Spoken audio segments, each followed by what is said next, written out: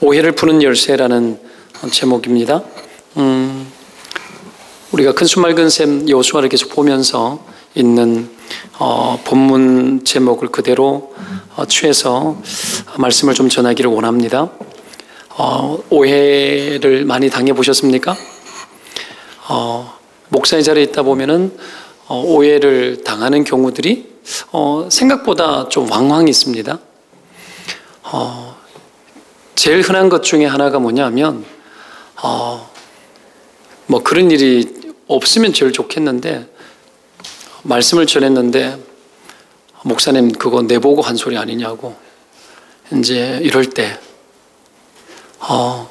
전혀 아닌데도 본인이 그 성령이 주시는 깨달음이고 은혜인 거죠. 근데 목사님이 날 보고 한 소리라고 이제 그렇게 하는 경우들이 실제로 꽤 많습니다. 그러면 굉장히 당황스럽죠. 뭐 그것도 오해이기도 하고요. 우리 인생 가운데 찾아 들어오는 그 오해란, 우리가 잘하든 못하든 간에, 잘 살든 못 살든 간에 오해는 존재할 수밖에 없습니다. 왜냐하면 인간이 완전하지 않기 때문에 그래요. 이 완전하지 않는 세상 속에서 인간이 오해를 하거나 오해를 받거나 하는 것은 지극히 어떻게 보면은 흔한 일이고 보편적인 일입니다. 문제는 뭐죠? 오해가 있을 때에 오해를 풀려고 하지 않는 고집스러움이 문제입니다. 그리고 오해를 푸는데, 여러분 그 오해를 풀어가는 과정 속에서 그 오해의 과정들을 풀어가는 과정 속에서 나의 연약함 아니면 나의 부족함에 대해서 노출되어지거나 그것이 드러나거나 하는 것을 맞닥뜨릴 용기가 없는 거예요. 수치감이 있는 겁니다. 그런 수치감과 맞닥뜨리기가 너무 힘든 거예요. 나의 부끄러움이 드러나기 때문에. 그래서 어떡합니까? 오해를 풀려고 하지 않는 것도 문제지만 푸는 중에 더 어려워지는 경우도 있습니다. 그것도 인간이 불완전하기 때문에 그렇죠. 그래서 오해를 푸는 것은 너무나 당연하지만 푸는 것은 잘 배워야 되는 겁니다. 기술이 필요하고 과정이 필요한 겁니다. 그냥 막 되지는 않습니다. 그래서 오해를 푸는 열쇠, 어떻게 하면 우리가 크고 작은 인생의 오해들을 잘 풀어갈 수 있을까? 그것을 오늘 성경을 통해서 우리가 좀 배웠으면 좋겠는데, 요단강을 건너서 형제 지파들을 도와서 전쟁을 마무리 짓고 이제 자기들이 요단강 건너기 전에 얻었던 그 땅에 돌아가는 두 지파 반, 그렇죠? 므낫세 지파는 요단 이 편에도 반이 있고 저 편에도 반이 있잖아요, 그렇죠? 그래서 두 지파 반이 이제 건너가고 또 나머지 9지파 반은 여기 남아 있는 그 가정 속에서 이 고토로 자기들의 어떤 그 약속의 땅 받았는 그 땅을 돌아가는 과정 중에 단을 쌓잖아요. 단을. 이게 오해의 소지가 된 겁니다. 큰 단을 쌓았는데 나쁜 의도로 한 것이 아니고 선한 의도로 했는데 이것 때문에 오해가 생겼잖아요. 어떤 오해죠? 우상 숭배한다라는 거예요. 나는 영적인 일을 하고 바른 일을 했는데 남들은 그렇게 잘 안 봐주는 거예요. 이런 일들이 많이 있습니다. 나는 선한 의지를 가지고 했는데 남들은 그렇게 안 볼 때 속상하죠, 그렇죠? 오해를 받는 겁니다.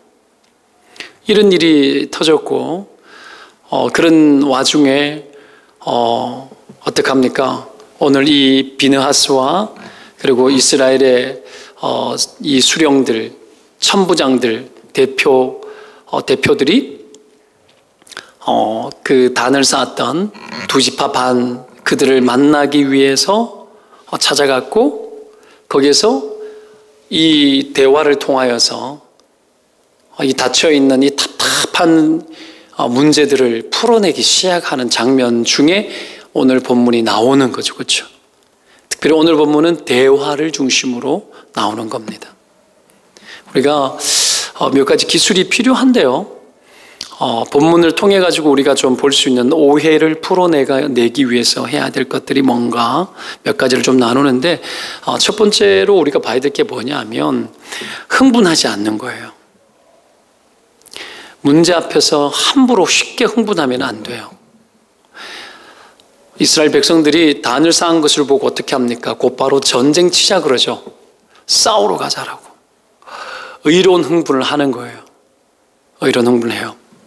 그래서 막 전쟁을 하려고 합니다. 그러나 여러분, 흥분은 함부로 해서는 안 됩니다. 쉽게 흥분했다가 여러분, 우리가 그르칠 수 있습니다. 냉정해야 됩니다. 신앙이라는 것은 사람들을 끌고 충동질하는 게 아닙니다. 신앙은 어떤 포퓰리즘도 아닙니다. 신앙은 무슨 촛불 집회하는 것 같은 스타일도 아닙니다. 신앙이라는 것은 여러분 언제나 하나님의 뜻을 찾는 거고, 그리고 그 하나님의 뜻에 합당한 대로 살아가는 거죠. 그렇죠? 근데 너무 우리는 쉽게 흥분하고 쉽게 막 그렇게 되는 거예요. 제가 이야기 있었습니까? 얼마 전에 어디에 차를 대고 뺐는데 그냥 누군가 신고를 해서 자기 차를 끌었대요. 그래가지고 경찰서에 신고를 해가지고 제가 밤에 막 저녁에 용인 서부경찰서까지 가는데 막 길이 막히더라고요. 안 막히면 25분이면 갈 거리를 막 1시간 더 걸려가지고 왔어요. 근데 뭐 화가 나는 거예요. 분명히 아내도 옆에 있었고 조심조심 뒤로 후진했고 제가 시각적으로 긁은 적이 없고 기억도 없고 한 적도 없고 부딪힌 적도 없고, 그래 가서 진술서를 이렇게 무조건 신고하면 진술서 써야 된대요. 근데 재밌는 것은 그 사람이 블랙박스에 자기가 이렇게 주차를 하면서 이렇게 인도 위에 있는 주차장이었는데 그 매장 앞에 올라가면서 내 번호가 찍힌 거죠. 그리고 자기가 내 옆에 댄 거예요. 나중에 내가 차를 뺐는데 하루 지나고 난 이후에 신고를 한 거예요. 그동안에 여러 군데 어디 다녔겠지? 그래 놓고는 신고를 했는데 경찰 말이 과간인 거죠. 블랙박스도 차가 흔들린 적도 하나도 없는데 증거도 없는데 그냥 추측하고 신고한 거예요. 그래서 내가 막 이래 화가 나더라고요. 그런 것도 오해받는 거죠. 몰아가는 거. 그 사람도 흥분했을 수도 있고 나도 그 상황 맞닥뜨려지니까 흥분이 되어지더라고요. 여러분, 흥분하면 대화가 안 돼요. 냉정을 잃어버리게 되면 문제를 풀어나갈 수가 없어요. 우리는 우리의 기분이 나로 하여금 우리의 기분이 내게 주는 그 에너지가 감정적으로 들어닥쳤을 때에 우리는 여러분 그 감정에 완전히 사로잡혀서 어떤 이성적인 판단들을 잃어버릴 때가 진짜 많습니다. 그리고 넘어서서 이성적인 판단을 넘어서서 영적인 판단은 더더욱 안 되는 거죠. 그래서 흥분하면 안 돼요. 오해를 당해도 흥분하지 말아야 돼요. 또 상대방이 어떤 잘못을 했는 것 같더라도 함부로 흥분하고 다가서서는 안 됩니다. 그렇죠? 들어봐야 되고 알아봐야 됩니다. 직접 듣기 전에는 함부로 말해서는 안 되는 것들이 정말 많습니다. 때문에 여러분, 사연을 듣기 전에 잠언 18장 13절에 이래 나와요. 사연을 듣기 전에 대답하는 자는 미련하여 욕을 당하느니라 그랬어요. 다 듣기 전에 말하고 알지 못하고 함부로 말하는 건 반드시 뭐라 그럽니까? 성경은 미련한 거라고 이야기하고 뭐를 당합니까? 욕을 당합니다. 남의 이야기를 듣지 않고 말하고 알지 못한 채 말하는 건 미련한 거래요. 그리고 반드시 욕을 당합니다. 욕 먹습니다. 굉장히 안 좋은 거죠. 그래서 함부로 흥분해서는 안 됩니다. 오늘 이 흥분조의 상황 속에서 결국은 어떻게 합니까? 비느하스와 이스라엘 대표를 보내는 것으로 냉정을 찾았습니다. 이게 얼마나 복된 건지요.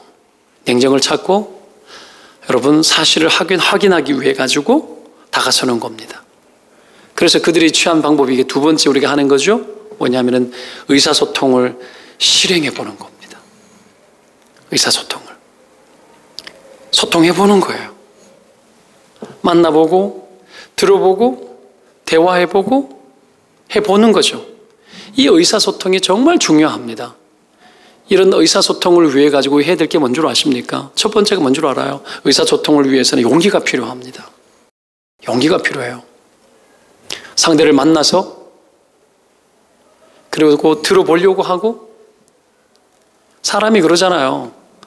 잘못됐다 싶으면 어떡합니까? 불편한 순간들을 맞닥뜨리기 싫어하고 안 만나고 욕하는 게 편하지, 만나가지고 듣는 것보다 안 만나고 욕하는 게 편합니다. 그러나 이 원만한 소통을 위해 가지고는 먼저 만나서 그들과 대화하려고 하는 대화의 의지, 이것이 필요한 거죠. 그게 용기입니다. 용기가 필요해요.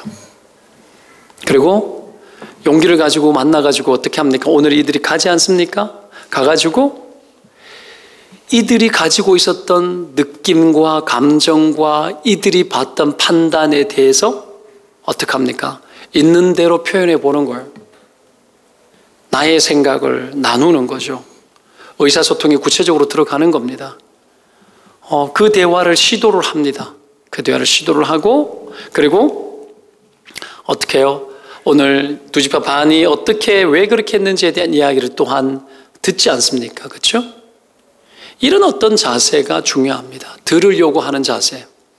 상대도 듣고, 그렇죠? 이쪽에도 듣고 저쪽에서도 함께 들으려고 해야 됩니다. 이게 두 번째입니다. 서로 말을 하려고만 하죠. 서로 말을 했어요. 여기도 말을 했고 여기도 말을 했죠. 근데 봐요. 성경은 항상 말하지만 말하기는 더디하고 듣기는 속히하라 그러잖아요.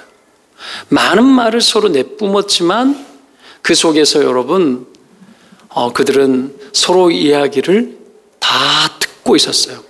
이쪽 편에서 이야기를 막 할 때 상대방이 계속 듣고 있었고, 어떻게 합니까? 이 대표들이 와서 한 이야기가 다 끝나니까 두 지파 반의 사람들이 그제서야 자기들의 이야기를 합니다.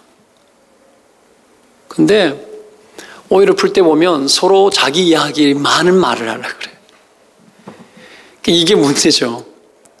그래서 잘 듣는 귀가 있는 것이 의사소통에 있어서 정말 중요한 겁니다.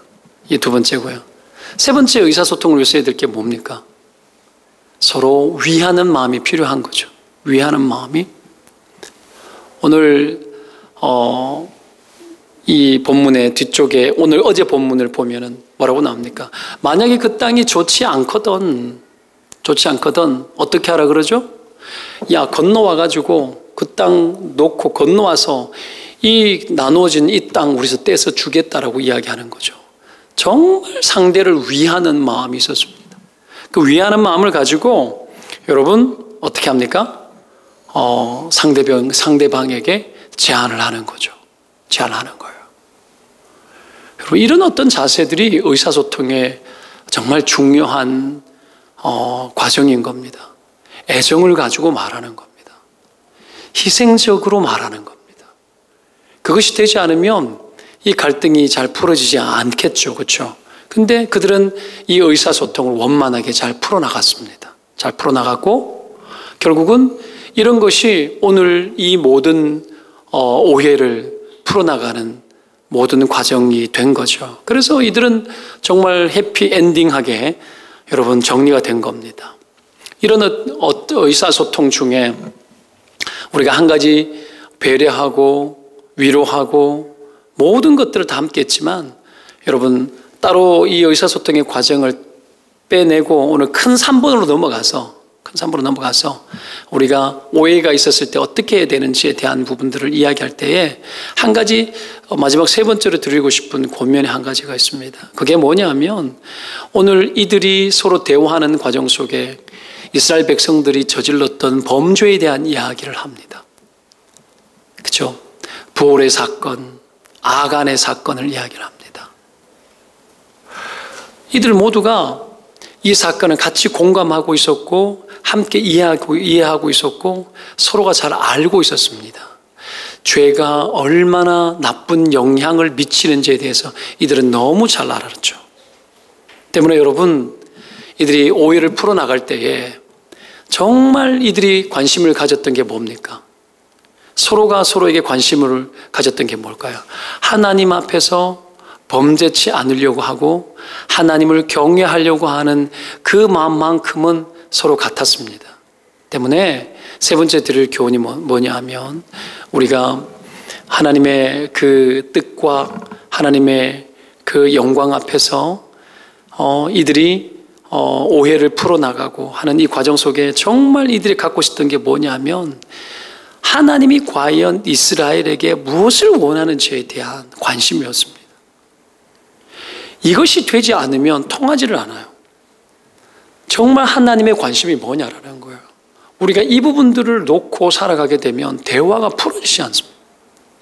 그래서 배려도 하고 위하기도 하고 또 대화하려고도 하고 찾아도 가고 흥분도 가라앉히고 했는데 결국은 여러분 어디에 도달해야 되느냐 하면 이 두 집단 자체가 같은 하나님을 믿으면서 하나님이 과연 원하는 뜻이 무엇인지에 대한 그 관심이 여러분 일치하지 않으면 여러분 이 신앙적 오해는 풀어지지 않습니다. 끊임없이 인간적인 이야기로 끝나요. 오늘 그래서 이들이 계속 여러분 대화 중에서 경험한 게 뭡니까? 너희들이 왜 범죄했느냐? 왜 단을 쌓았느냐? 이거 어떤 것을 보여주는 겁니까? 그리고 바알부올의 죄를 이야기하잖아요. 하루에 24,000명인가 죽었지 않습니까? 여러분 아간의 범죄로 아이성 실패하고 이스라엘 백성이 죽었지 않습니까? 어마어마한 작은 범죄로 인해 가지고 얼마나 큰 시련을 당했는지에 대한 역사의 기록 속에 그들은 경험 속에 다 있었습니다. 그 이야기가 뭘까요? 하나님 앞에 범죄하지 않는다는 소극적인 이야기를 넘어서서 어떤 겁니까? 과연 하나님의 백성은 어떠해야 되는지에 대한 자세와 태도에 대한 질문이었어요. 너희들 왜 그렇게 하느냐? 그리고 반면에 이쪽에서는 왜 그렇게 했다고 이야기합니까? 오늘 본문에 어떤 목적을 갖고 있다 그럽니까? 후손들이 요단강이 여러분 이 요단강을 건넌 이 건너편 쪽의 땅은 하나님의 약속의 땅이 아니다. 후세대 가지고 세월이 지나고 나면 너희들은 언약 백성 아니다. 분깃이 없다. 너희들은 이스라엘과 다른 종족이다. 이스라엘이 율법이 얼마나 예민합니까? 사마리아 사람들 여러분 개라고 취급했지 않습니까? 이방인의 피가 섞였다고 해가지고 그런 이스라엘 백성들 아닙니까? 그러니 건너가서 후대에 우리의 자손들이 믿음의 후손들이 나중에 언약 백성 아니라는 정말 심각한 어떤 문제에 부닥치면 어떻게 하나 하는 여러분 이스라엘의 하나님을 놓고 싶지 않는 마음, 내가 믿고 있는 그 하나님 놓고 싶지 않는 마음인 거죠. 그 마음이 그들 안에 절절했던 겁니다. 그래서 여러분 단을 쌓아서 이 단이라는 건 여호와 하나님이 이스라엘 백성에게 단을 쌓을 때 단을 쌓게 하는 정으로 쪼개지 않고 했던 그 식양을 그대로 살려가지고 단을 쌓아서 우리도 똑같은 하나님을 믿었던 사람이고 언약 백성이라는 증거를 남기는 거죠. 이거 뭐죠? 내가 믿고 있는 그 하나님 놓치고 싶지 않다라는 거야. 우리가 여러분 이 부분에 있어서 우리는 정말 통하는 게 있어야 됩니다. 아무리 우리가 오해를 풀려고 하더라도 서로에 대한 이야기를 충분히 이해해도 오해가 안 풀릴 때가 있습니다. 서로 막 사과도 하고 이해도 하고 막 말 다 했는데도 머리는 돌아가는데 뒤로 돌아서 집에 가고 나면 앙금이 남아있는 것 같고 해결이 안 될 때가 있어요. 뭐 때문에 그럴까요? 이유가 뭘까요? 과연 하나님이 우리 둘 사이에, 하나님이 너와 나 사이에 원하는 것이 뭔지에 대한 하나님의 생각으로 서로가 아멘 될 것을 붙들어야 되는 거예요. 아멘 될 것을. 이걸 안 붙들면 끝까지 싸웁니다. 교회가 하나님의 뜻 안에서 여러분 함께 집중하지 못하면 교회가 때로는 싸웁니다. 부부지간에도 여러분 싸웁니다. 서로 다른 사이가 여러분 결혼해서 부부가 평생 행복하게 사는 것이 쉽습니까? 안 쉽죠. 서로의 생각은 틀릴 수 있지만 하나님의 생각에 아멘할 수 있잖아요. 이 하나님의 생각을 여러분 집중하고 그 하나님의 생각을 여러분 절박하게 붙들어야 돼요. 그리고 하나님의 생각이 보이면 의사소통이 때로는 보십시오. 되든 좀 덜 되든 의사소통의 과정이 배려가 좀 있든 좀 덜 있든 때로는 여러분 뭐 흥분이 좀 되었든 간에 그래도 하나님의 뜻이 뭔지가 서로가 보인다 그러면 이유불문하고 앞에 첫 번째, 두 번째 과정들이 없더라도 하나님 뜻이 보인다 그러면 어떡합니까? 그 하나님 뜻 앞에서 이것이 진짜 하나님 뜻이라 생각하고 우리의 생각, 우리의 감정, 우리의 인간적 도리에 대한 모든 것까지도 여러분 다 어떻게 내려놔야 돼요. 내려놔야 된다고. 이게 순종이에요. 이게 순종입니다. 오늘날 우리는 너무 고지식해지고 너무 똑똑해지고 그냥 우리가 가지고 있는 과정이 있어요. 우리의 서론이 있고 우리의 본론이 있고 우리의 결론이 있어. 우리의 흐름이 있다고. 그래서 이 정도 되어져야지 이런 거고 저래야지 저래야 되는 거라는 그런 식으로 너무 많이 살아가요. 그게 뭔데? 과연 그리스도의 사랑이 여러분 정말 거지 같고 먼지 같은 더러운 인생인 우리를 향하여서 어떤 과정과 여러분 어떤 이유와 우리의 어떠함의 반응들과 이런 것들을 살피면서 우리를 받아내셨는가? 그렇지 않습니다. 여러분 세상에 가장 풀기 어려운 오해가 뭐냐 하면 여러분 우리가 하나님 앞에 범죄하고 살고 있다는 사실입니다. 그건 여러분 풀 수가 없는 일이에요. 죄의 삭은 사망입니다. 그냥 죽어야 돼요. 이 말도 안 되는 것을 풀어내는 과정은 하나님의 어떤 일방적인 사랑에 의해서 있는 겁니다. 이루어진 사건입니다. 때문에 우리가 가지고 있는 인생의 수많은 숨막히는 현상들을 우리가 가지고 있는 논리와 우리가 생각하고 있는 과정과 그런 것들로 여러분 풀어질 수 있는 것이 애초부터 아니다. 애초부터 아니다. 때문에 신자는 언제든지 어떤 오해의 상황이 있더라도 내가 죽어 소내려가 되어지고 죽을지언정 여러분 너무나 인간적인 속된 생각과 판단으로 그 과정을 만들려고 하는 이 못돼 먹은 방식들을 접는 겁니다.